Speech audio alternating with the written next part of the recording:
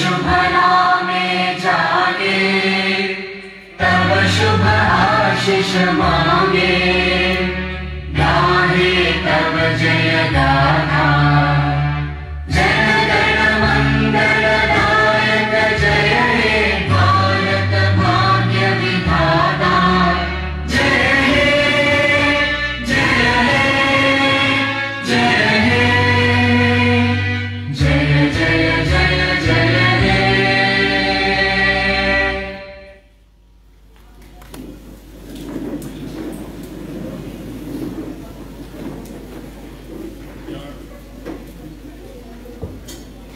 ইয়াৰ পিছৰ আমাৰ কাৰ্যসূচীত আছিল welcome speech by Shri JP. Brahma, director of education, BTR.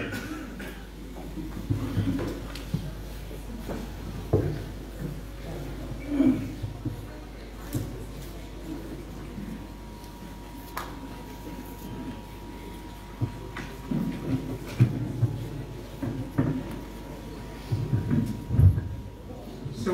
a very very good morning to everyone. সকলোকে নমস্কাৰ জ্ঞাপন কৰিছোঁ। বৈনী সিংবাই আমি খুলুমনাইকং বহৰবাই আৰু সকলোকে নতুন বছৰৰ মই শুভেচ্ছা জ্ঞাপন কৰিছোঁ। তো আজি আমাৰ ডক্টৰ বাণীকান্ত বঁটা বিতৰণ এই অনুষ্ঠানৰ সভাৰ মাননীয় সভাপতি তথা আমাৰ কোকৰাঝাৰ জিলাৰ জিলা উপায়ুক্ত শ্ৰী ভাস্কৰ ফুকন ছাৰ আৰু আজিৰ এই অনুষ্ঠানত মুখ্য অতিথি হিচাপে উপস্থিত আমাৰ বড়োলেণ্ড টেৰিটৰিয়েল ৰিজনৰ মাননীয়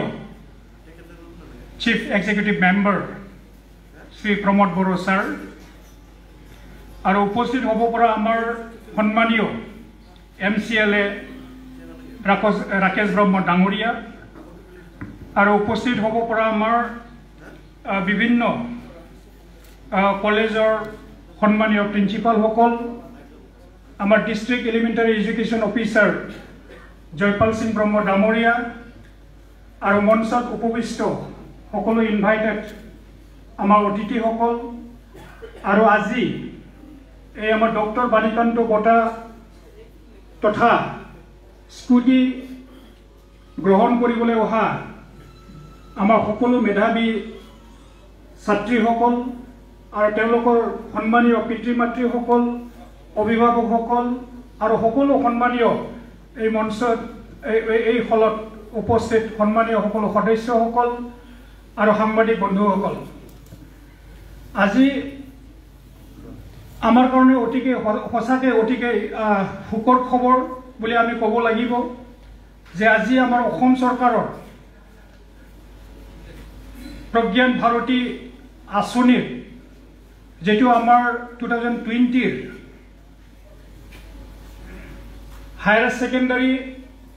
পৰীক্ষাত 60%তকৈ বেছি 60 আৰু 60%তকৈ বেছি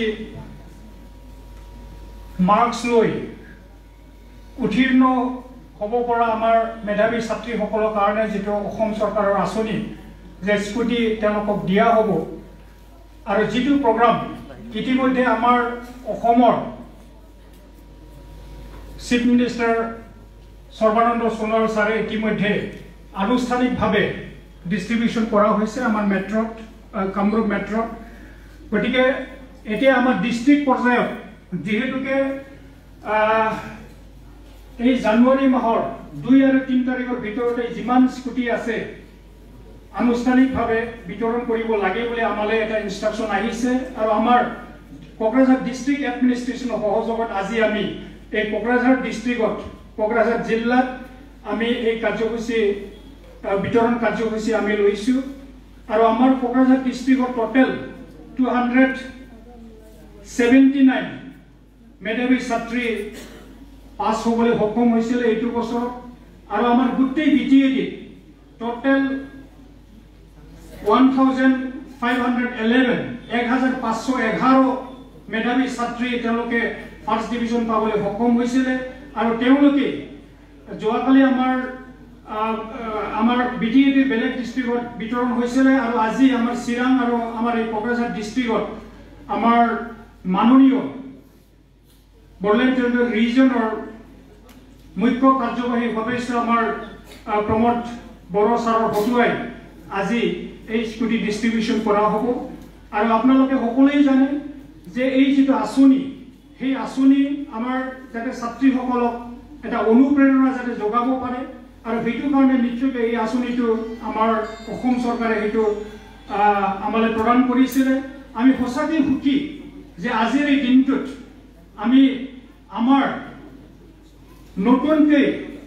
বড়োলেণ্ড টেৰিটৰি ৰিজনৰ মুখ্য কাৰ্যবাহী সদস্য হিচাপে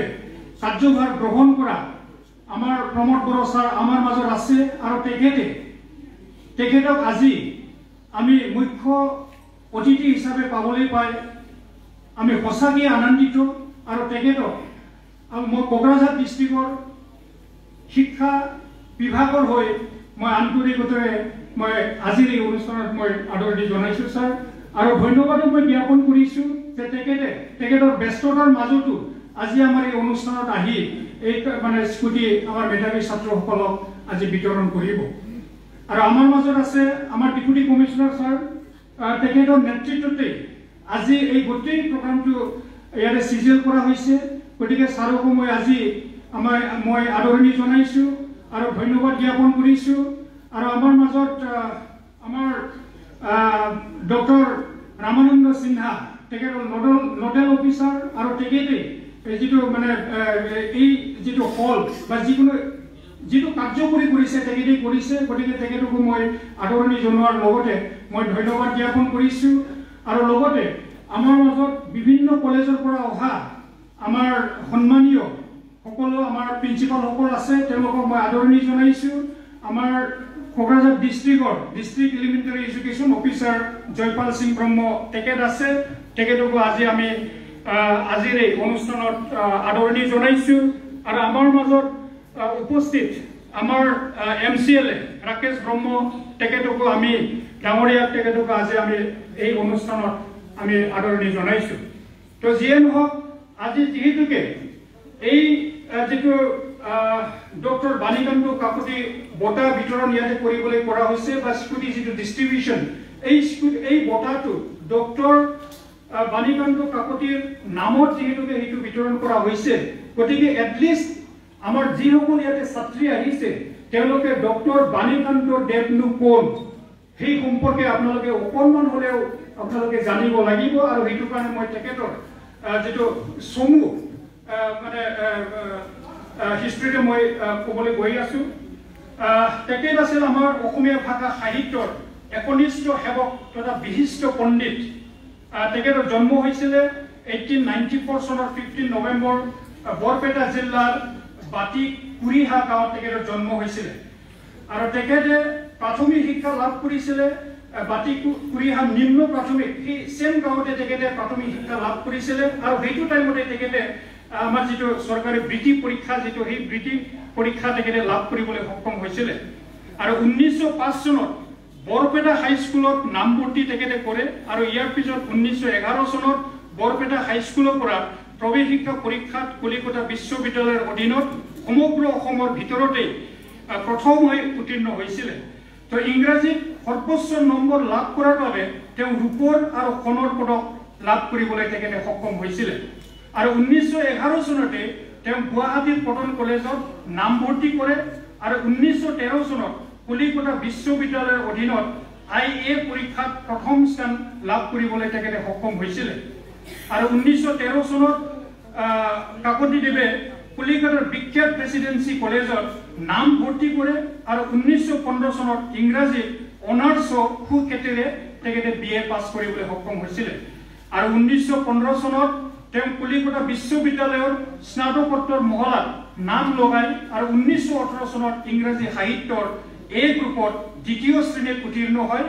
ইয়াৰ 5 বছৰ পিছত 1923 চনত তেওঁ ইংৰাজী সাহিত্যৰ B গ্ৰুপৰ পৰীক্ষাত বহে আৰু প্ৰথম শ্ৰেণীৰ প্ৰথম স্থান লাভ কৰে গতিকে তেখেতৰ কৰ্মজীৱনৰ যিটো সেইটো হ'ল 1918 চনৰ 16 নৱেম্বৰত বাণীকান্ত দেৱে ইংৰাজীৰ অধ্যাপক হিচাপে কটন কলেজত যোগদান কৰিছিলে আৰু 1947 চনত তেওঁ কটন কলেজৰ অধ্যক্ষ হিচাপেও কাম কৰিছিলে আৰু 1949 চনৰ জানুৱাৰী মাহত তেওঁ কটনৰ অধ্যক্ষ পদৰ পৰা অৱসৰ লয় আৰু সেই বছৰতে নতুনকৈ স্থাপন হোৱা গুৱাহাটী বিশ্ববিদ্যালয়ৰ অসমীয়া বিভাগৰ অধ্যাপক হিচাপে যোগদান কৰি মৃত্যুৰ সময়লৈকে তেতিয়া তেওঁ সেৱা আগবঢ়াই গৈছিলে আৰু 1916 চনত বৰপেটাৰ চিৰস্থানৰ উমাকান্ত দাসৰ জীয়ৰী কনকলতা দাসৰ সৈতে বিবাহত আবদ্ধ হৈছিল আৰু 1952 চনৰ 15 নৱেম্বৰত মাত্ৰ 58 বছৰত গুৱাহাটী ৰিহাবাৰীৰ বাসভৱনত তেখেতৰ মৃত্যু হৈছিলে গতিকে তেখেতৰ মৃত্যু হোৱাৰ আগত তেখেতৰ বহুতো প্ৰকাশিত গ্ৰন্থ আছিলে আৰু এই গ্ৰন্থবিলাকৰ আছিলে যে Assamese its formation and development এইটো তেখেতৰ গ্ৰন্থ আছিলে মাদাৰ গডেছ কামাখ্যা বুলি এটা গ্ৰন্থ আছিলে life and teaching of Sankardeva বুলি এটা গ্ৰন্থ আছিলে পুৰণি অসমীয়া সাহিত্য আৰু প্ৰেম পুৰণি কামৰূপৰ ধৰ্মৰ ধাৰা কলিতা জাতিৰ ইতিবৃত্ত আৰু পখিলা এইখিনি প্ৰকাশিত গ্ৰন্থ তেখেতে ৰচনা কৰি থৈ গৈছিলে গতিকে এই মহান ব্যক্তিৰ আৰু মেধাৱী ব্যক্তিৰ নামত আজি আমাৰ মেধাৱী ছাত্ৰীসকলৰ কাৰণে যিটো অসম চৰকাৰে যিটো আঁচনি লৈছে সেইটো সঁচাকৈ আমাৰ কাৰণে অতি সুখৰ খবৰ আৰু আমি সঁচাকৈ গৌৰৱান্বিত যে তেখেতৰ নামত আজি আমি আমাৰ মেধাৱী ছাত্ৰীসকলৰ কাৰণে এই স্কুটি বিতৰণ কৰিবলৈ গৈ আছে আৰু সবতকৈ আনন্দৰ কথাটো হ'ল যে আমাৰ এই স্কুটিখন আজি আমাৰ মুখ্য অতিথি আমাৰ বড়োলেণ্ড ৰিজনৰ chief executive member Pramod Boro ছাৰৰ হতুৱাই আপোনালোকে সেইটো ৰিচিভ কৰিব পাৰিব সঁচাকৈ অতি আনন্দৰ বিষয় গতিকে মই ভাবোঁ লাষ্টত মই আমাৰ ছাত্ৰীসকলক মই সেইটোকে ক'ব খোজোঁ যে আমি স্কুটি পালে যে আমি ক'ৰবাত মানে কিবা পিকনিকত যাওঁ বা সেইফালে যাওঁ কিবা কি বুলি কয় এইটো চিনেমাত যাওঁ ক'ৰবাত যাওঁ সেইবিলাকত ইমান ধ্যান নিদিয়াকৈ যাতে আমি স্কুটিটো এটা ভাল কামত যাতে আমি ইউজ কৰোঁ সদায় আমি কলেজত অহা যোৱা কৰাত আমি সদায় ইউজ কৰোঁ বাকী বেলেগ ধান্দাটো আমি ল'ব নালাগে কাৰণ আমি সদায় আমি নিজৰ যাতে সাকসেসফুল আমি লাইফ বা সফলতা আমি লাভ কৰিব পাৰোঁ আৰু যেহেতুকে এই স্কুটিখন আমাৰ ডক্টৰ বাণীকান্ত কাকতিৰ নামত এজন পণ্ডিতৰ নামত যেহেতুকে সেইটো দিয়া হৈছে গতিকে সদায় এই স্কুটিটো যেতিয়াই তোমালোকে টাচ কৰা তেতিয়াই ভাবিলে হ'ল যে এইটো এটা পবিত্ৰ এটা মানে মোৰ জীৱনৰ যিটো সফলতা সেই সফলতা মই জাষ্ট মানে ভৰি জাষ্ট দিছোঁ গতিকে সেইটো মোৰ আগলৈ আৰু যাব মোৰ আছে বহুত বাকী আছে গতিকে সেইটো লৈ সেই উদ্দেশ্য লৈ তোমালোকে যেন বহুত ওপৰত যোৱা আৰু জীৱনত যাতে সফলতা লাভ কৰে আৰু আমাৰ চৰকাৰৰ যিটো আঁচনি সেই আঁচনিবিলাকক পাবলৈ যাতে মানে চেষ্টা কৰে সেইটোকে মই কামনা কৰিছোঁ সদৌ শেষত মই সকলোকে আকৌ আজিৰ এই অনুষ্ঠানত আদৰণি জনাই আৰু সকলোকে মই ধন্যবাদ জ্ঞাপন কৰি আজিৰ এই ৱেলকাম এড্ৰেছ মই ইয়াতে সামৰিছোঁ থেংক ইউ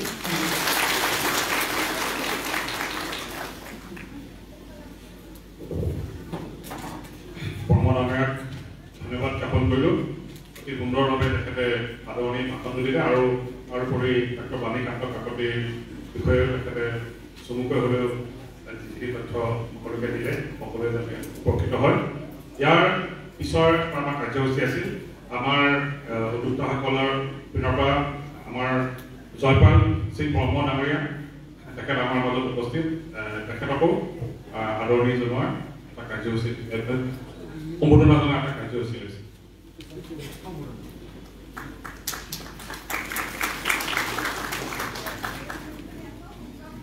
ইয়াৰ পিছৰ আমাৰ কাৰ্যসূচী আছিল doctor R N Singh principal science college তেখেতৰ ভাষণ